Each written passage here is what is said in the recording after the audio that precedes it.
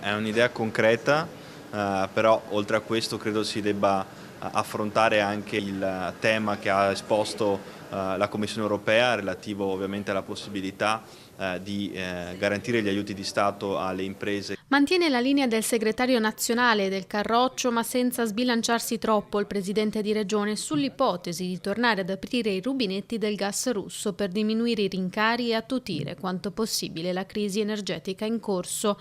Non si tratta di essere pro Putin, ma di non essere sciocchi, aveva detto Salvini in netta opposizione con l'altro vice premier, il forzista Tajani, convinto a mantenere le sanzioni alla Russia. Non si può dire però che tra i due litiganti il terzo goda, non si esprime. Infatti Meloni attenta a mantenere i rapporti con l'America di Trump e gli equilibri interni a pochi giorni dal referendum sulla giustizia.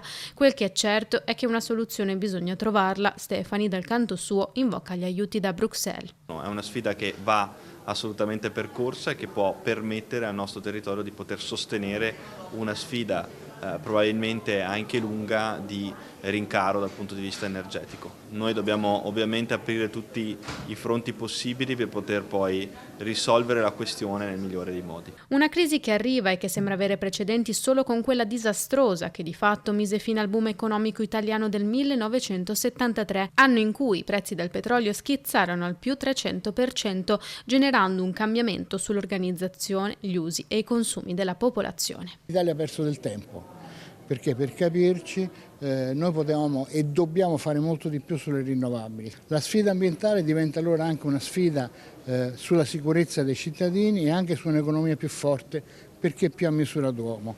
Chi rimane ancorato a visioni del passato fa dei danni anche al Paese.